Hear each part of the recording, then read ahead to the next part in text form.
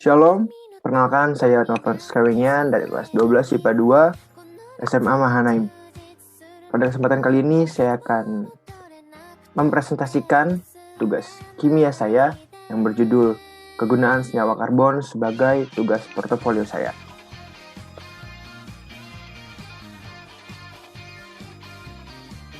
Baik, kegunaan senyawa karbon yang disusun oleh saya.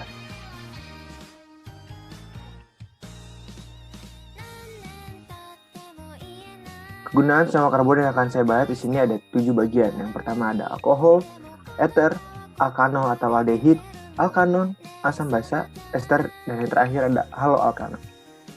Selanjutnya alkohol.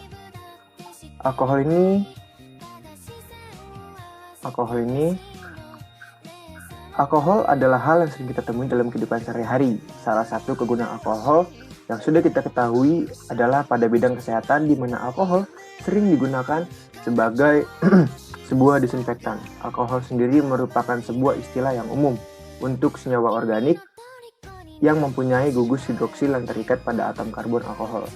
Alkohol sendiri terikat pada atom hidrogen maupun lainnya. Alkohol sering dimanfaatkan untuk berbagai hal, mulai dari bidang farmasi, otomotif, bahkan makanan dan juga minuman. Alkohol memiliki banyak fungsi tergantung dari kelasnya, yang tentu saja memiliki kegunaan yang berbeda. Beberapa akan kita bahas, seperti 2 jenis alkohol yang sudah sering kita dengar dalam kehidupan sehari-hari, yaitu ada metanol dan etanol. Dan yang pertama, kita akan bahas dari metanol. Metanol itu dengan kode nama kimianya ada CH3OH, yang sering juga disebut dengan alkohol kayu atau wood alkohol, karena pada awalnya dibuat dari distilasi kering pada kayu. Metanol juga banyak digunakan sebagai penyembur bensin maupun spiritus. Sebagai bahan bakar, metanol mempunyai keunggulan dibandingkan bensin, yaitu proses pembakarannya bisa lebih sempurna. Ya, tetapi biaya produksinya agak lebih mahal. Selanjutnya etanol. Alkohol sering digunakan untuk menyebut etanol atau green alcohol, dan kadang untuk minuman yang mengandung alkohol. Etanol sering digunakan sebagai bahan dasar untuk minuman beralkohol, seperti wine atau bir, karena etanol bisa diproduksi dari fermentasi buah dan gandum yang dicampur ragi. Namun, hal ini tidak menghasilkan alkohol dengan konsentrasi yang tinggi.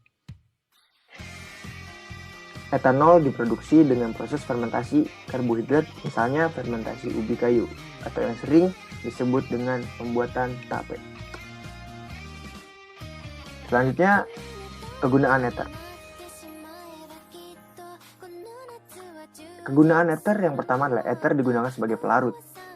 Dietil ether, yang kedua, dietil ether digunakan sebagai obat bius pada operasi.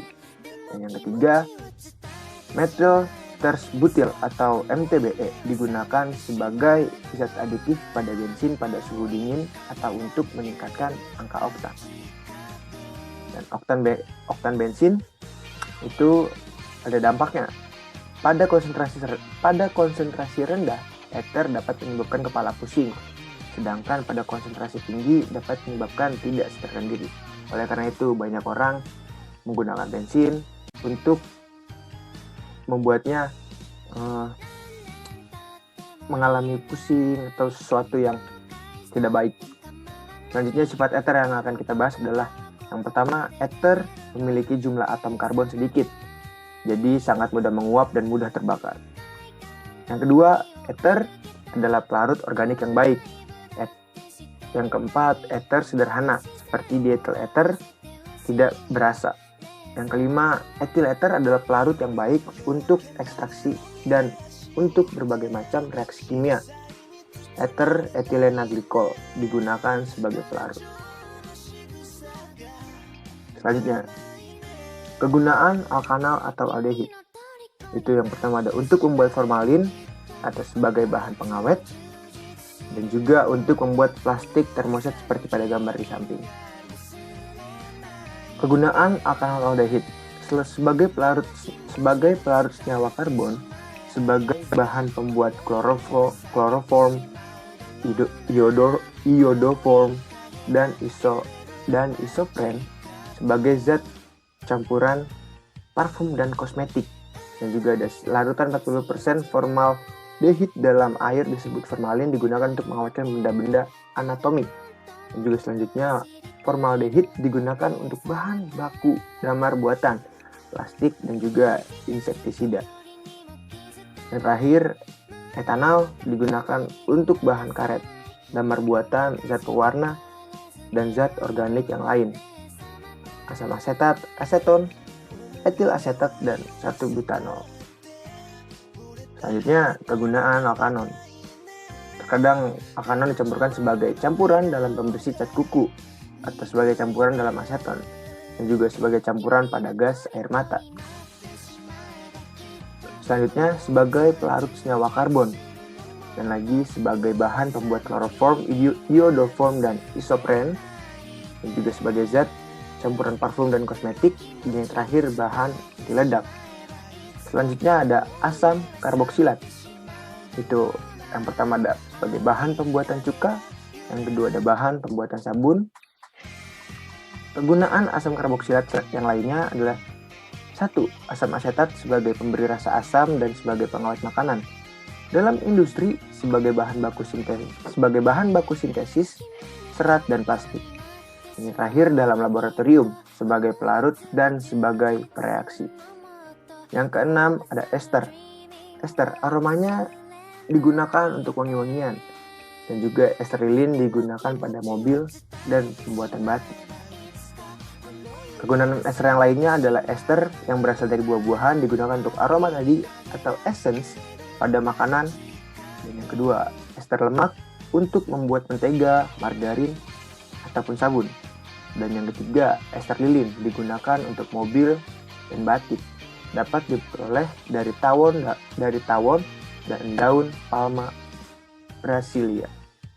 Dan yang terakhir ada haloalkana. Haloalkana yang sebagai kita ketahui adalah sebagai pendingin ruangan dan sebagai obat bius. Dan lagi, kenapa ada sebagai pendingin ruangan? Karena haloalkana ini adalah kandungan dari freon atau CFC yang digunakan oleh zat pendingin. Yang kedua ada teflon, digunakan sebagai bahan pembuat panci dan berbagai macam alat masak. Dan juga ada karbon tetraklorida digunakan sebagai pemadam api. Dan juga ada kloroform yang digunakan sebagai pelarut zat organik.